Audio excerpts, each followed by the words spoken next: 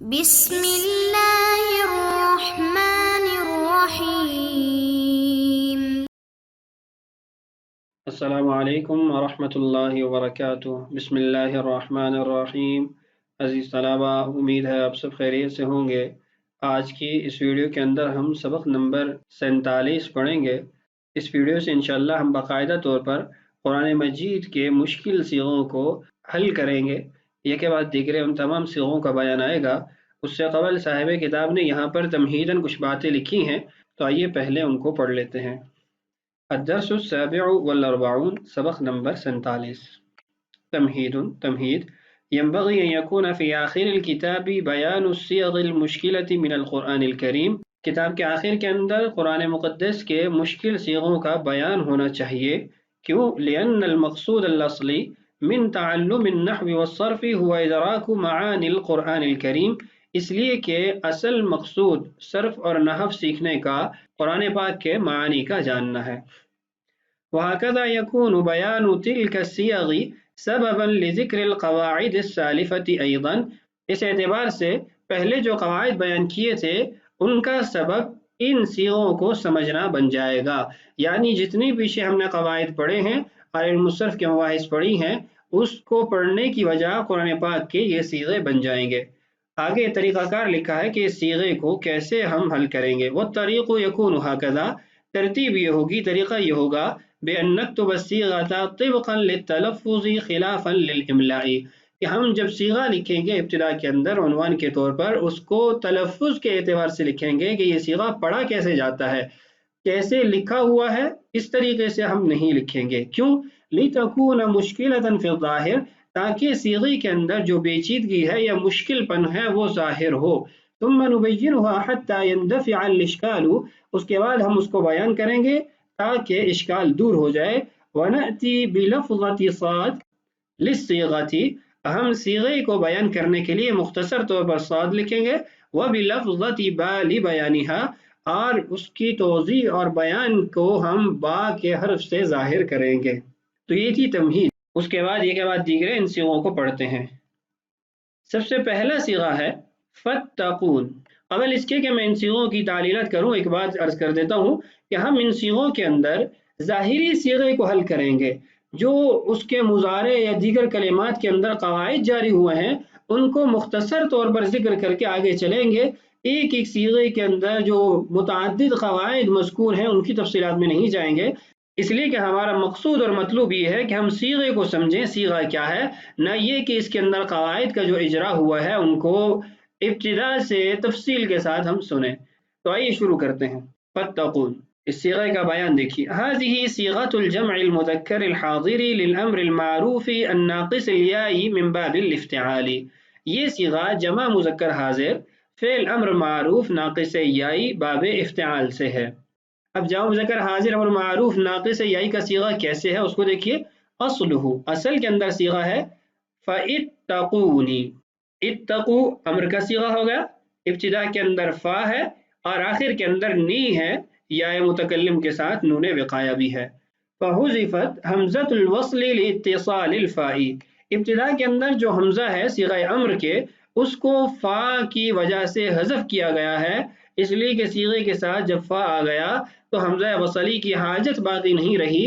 حمزہ وصلی اس لیے لایا جاتا ہے کہ امر کا جو ابتدائی کلمہ ہوتا ہے، ابتدائی حرف ہوتا ہے وہ ساکن ہوتا ہے، تو اس کو پڑھنے کے لیے ضرورت ہوتی ہے، تو جب فا کے اوپر فتحہ موجود ہے تو فا کے ساتھ جوڑ کے اس کو پڑھیں گے۔ والنون الأخيرة نون الوقایة ليست بنون اعرابیة، آخر کے اندر جو نون ہے یہ نون اعرابی ہے، نون وقایہ نہیں ہے۔ کانت نی، اصل میں تھا نی، فحذفت یاء المتکلم، متکلم کی یا کو حذف کیا گیا۔ اکتفاء بکسرۃ النون الدالۃ علی الیاء، نون کے نیچے جو کسرہ ہے وہ اس بات پر دلالت کر رہی تھی کہ یہاں پر یا ہے، اس پر اکتفا کرتے ہوئے یا کو حذف کیا گیا۔ ثم ان هذه الكسرۃ ايضا حذفت لفظا لاجل الوقف، کہہ رہے ہیں کہ اس کے بعد اس کسرہ کو بھی پڑھنے کے اندر وقف کی وجہ سے حذف کر دیا جاتا ہے۔ فتقون پڑھا جاتا ہے کہ یہاں آخر میں وقف ہوتا ہے تو پڑھنے میں پھر نون کے نیچے کسرہ کو نہیں پڑھا جاتا۔ فصارت فتقونی، املا کے اندر صیغے کی حالت یہ ہوتی ہے اور پڑھنے کے اندر عنوان کے اندر جو صورت لکھی گئی ہے یہ ہے، یعنی لکھنے میں فتقونی اور پڑھنے کے اندر فتقون۔ آگے دیکھیے، بنوها من صیغۃ المضارع تتقون حسب القاعدۃ، کہہ رہے امر بنانے کا جو طریقہ ہے اس طریقے کے مطابق مضارع کے صیغے تتقون سے اس کو بنایا گیا۔ تتقون سے کیسے قاعدے کے مطابق بنایا گیا؟ ابتدا سے تا کو حذف کر دیا گیا جو علامت مضارع تھی، اس کے بعد ابتدا کے اندر جو پہلا کلمہ تھا وہ ساکن تھا تو حمزہ وصلی کو لے آئے، اس کے نیچے کسرہ تھی، اور آخر سے نون اعرابی کو حذف کیا تو صیغہ اتقو بن گیا۔ پھر نون وقایا اور یا متکلم آخر میں، اور ابتدا میں فا کلمہ کی وجہ سے حمزہ کا سقوط ہوا۔ آئے کہتے ہیں وتتقون، اب تتقون کے اندر جو تعلیلات ہوئی ہیں اس کو مختصر طور پر دیکھ لیتے ہیں۔ تتقیون، تتقون اصل میں تتقیون ہے۔ نقلت ضمۃ الياء الى ما قبلها بعد حذف حرکتها، قاعدہ یدعو یرمی کے تحت یا کے اوپر جو ضمہ تھی اس کو ماقبل منتقل کر دیا گیا اس کی اپنی حرکت کو حذف کرتے ہوئے، ثم قلبت الياء واوا، پھر یا کو واو میں تبدیل کیا گیا، وحذفت لالتقاء الساکنین، پھر دو ساکن اکٹھے ہونے کی وجہ سے اس کو حذف کر دیا تو صیغہ تتقون بن گیا۔ یہ اس کے مضارع کی تعلیلات تھی جن کو تفصیل کے ساتھ ہم مختلف قواعد کے اندر پڑھ چکے ہیں، اس کی تفصیلات میں نہیں جاتے۔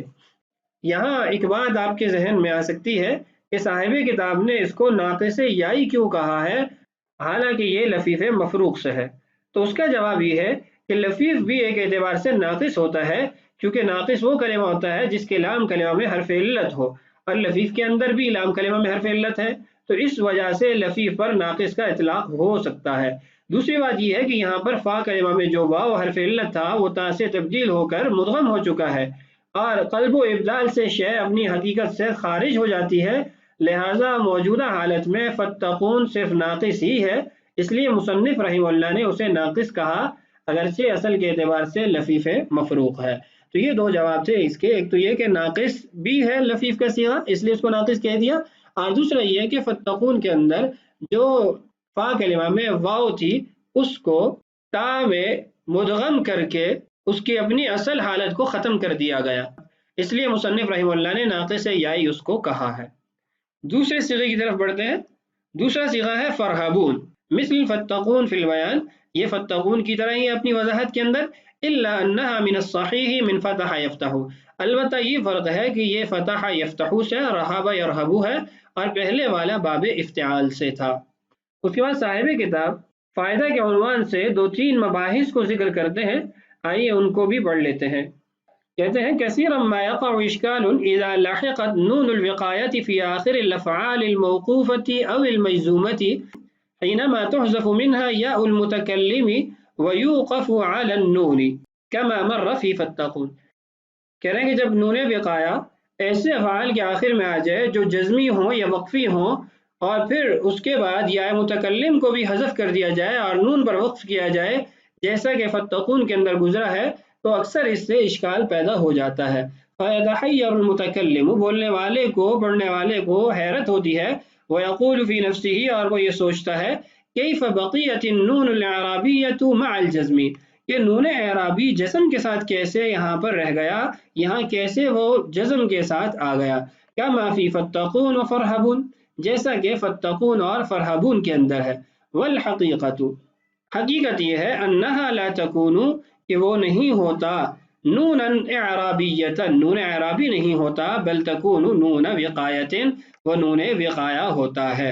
عام طور پر طلبہ اس کو نون اعرابی سمجھتے ہیں اول وہلہ کے اندر، حالانکہ یہ نون وقایا ہوتا ہے، اور نون وقایا پڑھنے کے اندر ساکن ہو سکتا ہے۔ دوسرا اشکال جو اس فائدہ کے عنوان سے لکھا گیا ہے وہی ہے وَهَكَذَا يَقَعُ الْإِشْكَالُ حِينَمَا تَسْقُطُ حَمْزَةُ الْوَصْلِ فِي دَرْجِ الْكَلَامِ وَيَتَّصِلُ حَرْفُ كَلِمَةٍ سَابِقَةٍ بِكَلِمَةٍ لَاحِقَةٍ مَثَلًا تُرْجِعِي فِي يَا أَيَّتُهَا النَّفْسُ الْمُطْمَئِنَّةُ تُرْجِعِي۔ یعنی اسی طریقے سے اس وقت بھی اشکال پیدا ہوتا ہے جب حمزہ وصلی کو کلام کے درمیان میں لایا جاتا ہے اور دو کلمات کو آپس میں جوڑ کے پڑھا جاتا ہے تو حمزہ وصلی ساقط ہو جاتا ہے، جیسے ترجعی۔ اب جب اس کو پڑھا جاتا ہے تو تا اور را کو ملا کے پڑھا جاتا ہے، حالانکہ لکھنے کے اندر تا اور را کے درمیان حمزہ وصلی موجود ہے، تو جب اس کو ملا کر پڑھا جاتا ہے تو اشکال پیدا ہوتا ہے کہ یہ کون سا صیغہ ہے۔ اسی طریقے سے وَسُعْبُدُوا فِي يَا أَيُّهَا النَّاسُ اعْبُدُوا، اسی طریقے سے یا ایھا اعبدوا، یہاں پر بھی جب جوڑ کے پڑھتے ہیں تو سین اور عین کا آپس میں اتصال ہو جاتا ہے، پڑھنے کے اندر حمزہ وصلی نہیں پڑھا جاتا تو اشکال اور ذہن کے اندر ایک پریشانی لاحق ہو جاتی ہے۔ وَلَرْجِعُوا فی قِیلَ ارْجِعُوا، اسی طریقے سے قیل ارجعوا جب اس کو جوڑ کے پڑھتے ہیں لام اور را کا اتصال ہو جاتا ہے، حمزہ وصلی پڑھنے کے اندر حذف ہو جاتا ہے، ساقط ہو جاتا ہے۔ آگے چوتھی مثال ہے برجعون فی ربی ارجعون، ربی ارجعون اس کو جب جوڑ کے پڑھا جاتا ہے تو با اور را کا آپس میں اتصال ہو جاتا ہے، حمزہ وصلی پڑھنے کے اندر ساقط ہو جاتا ہے۔ تو جب صیغوں کی یہ کیفیت ہوتی ہے کہ حمزہ وصلی پڑھنے کے اندر ساقط ہوتا ہے، ماقبل کلمہ اپنے بعد والے کلمہ کے کسی حرف کے ساتھ جڑ کے آ جاتا ہے، سننے کے اندر پریشانی ہو جاتی ہے، اشکال پیدا ہو جاتا ہے۔ آگے لکھتے ہیں وَهَكَذَا إِذَا دَخَلَتْ مَا وَلَا عَلَى الْمَاضِيِّ فِي أَبْوَابِ حَمْزَةِ الْوَصْلِ فَتَسْقُطُ الْأَلِفُ، اسی طریقے سے ما اور لا جب حمزہ وصلی کے ابواب کے ماضی کی ابتدا میں آ جاتا ہے تو اس وقت بھی الف ساقط ہو جاتا ہے۔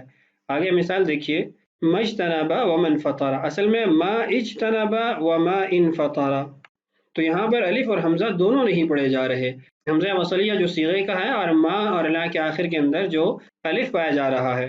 وَهَكَذَا لَنْفَجَرَ وَمَا اسْتُورِدَ مِنْ لَا انْفَجَرَ وَمَا اسْتُورِدَ وَأَمْثَالُهَا كَثِيرَةٌ، اسی طریقے سے لنفجر اور مستورد اصل میں ہے لا انفجر اور ما استورد، حمزہ وصلی بھی ساقط ہو گیا اور ما اور لا کی آخر کے اندر جو الف تھا وہ بھی ساقط ہو گیا۔ اس کے بعد مزید اشکالات دیکھیے وَلَا سِيَّمَا يَقَعُ الْإِشْكَالُ فِي بَابِ الْانْفِعَالِ حِينَمَا تَدْخُلُ عَلَيْهِ لَا أَوْ مَا، فَتَنْشَأُ هُنَاكَ فِي لَا صُورَةُ لَنْ وَفِي مَا صُورَةُ مَنْ مِثْلِ لَنْ قَلَبَ وَمَنْ فَتَحَ فَتَحَيَّرَ السَّامِعُ عِنْدَ السِّمَاعِ لَا عِنْدَ الرُّؤْيَةِ، کہنا خاص طور پر باب انفعال کی ابتدا میں جب لا اور ما آ جائے اس وقت اشکال پیدا ہوتا ہے، اس لیے کہ جب باب انفعال کے صیغے کے ساتھ حرف لا پڑھا جائے تو وہاں پر لن قلبا، یہاں پر حرف لن کی ادائیگی کی صورت قائم ہوتی ہے اور ما کے ساتھ من کی ادائیگی قائم ہوتی ہے، من فتح پڑھا جاتا ہے۔ تو جب سننے والا اس کو سنتا ہے تو سننے کے اندر اس کو حیرت ہوتی ہے، نہ یہ کہ لکھے ہوئے صیغے کو دیکھ کر، اس لیے کہ لکھے ہوئے تو اصل حالت ہوتی ہے لیکن پڑھنے کے اندر کچھ حروف حذف ہو جاتے ہیں، ساقط ہو جاتے ہیں۔ اس کے بعد دو ایسی صیغے لکھے گئے ہیں جو دو مختلف احتمالات رکھتے ہیں، یعنی ان کی ظاہری شکل دو مختلف صیغوں کا احتمال رکھتی ہے۔ پہلا صیغہ ہے محلولین، کہہ رہے وہ محلولین صیغۃ الجمع المذکر من المفعول، محلولین یہ صیغہ جمع مذکر مفعول ہے حل یحل حلولا یا حل یحل حلولا سے، جس کا مطلب ہے اترنا۔ وکذا صیغۃ جمع المؤنث الغائب من الماضی المنفی المجہول محلولین وہی صیغۃ الناقص من باب افعیعال، اور اسی طریقے سے اس صیغے کی ایک صورت وہ صیغہ جمع مؤنث غائب ماضی منفی مجہول باب افعیعال سے ملتی ہے جب وہ ناقص سے ہو، یعنی احلولا یحلولی سے یہ ماضی منفی مجہول کا صیغہ بھی نفی کے ساتھ بنتا ہے۔ محلولین یہ دو صیغوں کی صورت ہے، ایک حل یحل سے مفعول کے صیغے کی حالت جری اور حالت نصبی، اور دوسرا جمع مؤنث غائب ماضی منفی مجہول باب افعال سے ناقص کے قبیل سے۔ آگے ایک اور صیغہ ہے وہکذا مضروبین، مضروبین یہ بھی ایسے ہی ہے جمع المذکر من المفعول، یہ ضرب یضرب سے جمع مذکر مفعول کا صیغہ بھی ہے حالت جری اور نصبی، وجمع المؤنث الغائب من نفی المجہول من باب افعیلال، باب افعیلال سے جمع مؤنث غائب منفی مجہول کا صیغہ بھی بنتا ہے۔ کان اصلہ اصل میں صیغہ تھا ما اضروببنا من اضراب اضریبابا، اضراب یضرب اضریبابا سے جمع مؤنث غائب منفی مجہول کا صیغہ ما اضروببنا بنتا تھا۔ وفی هذه الصورة نقول، اس صورت کے اندر ہم کہتے ہیں الباء الثانیة صارت یاء كما يكون في المضاعف عند العرب كثيرا، ابھی قریب ہی ایک سبق کے اندر ہم یہ بات پڑھ چکے ہیں کہ عرب کے ہاں مضاعف کے صیغے کے اندر بعض اوقات تکرار کلمہ کو کسی حرف علت سے تبدیل کر دیا جاتا ہے ثقل کو دور کرنے کے لیے، تو کہتے ہیں اس صورت کے اندر پھر ہم یہ کہیں گے جو دوسری با ہے اس کو یا کے ساتھ تبدیل کر دیا گیا ہے جیسا کہ عرب مضاعف کے کلمہ میں کرتے ہیں۔ تو یہ تھی چند مباحث فائدہ کے عنوان سے. اگلی ویڈیو میں انشاءاللہ کچھ اور صیغوں کو حل کریں گے. اللہ تعالیٰ سے دعا ہے اللہ تعالیٰ ہمارے لیے اسباق کی تکمیل آسان فرمائے. اللہ تعالیٰ ہم سب کا حامی و ناصر ہو. السلام علیکم ورحمۃ اللہ وبرکاتہ.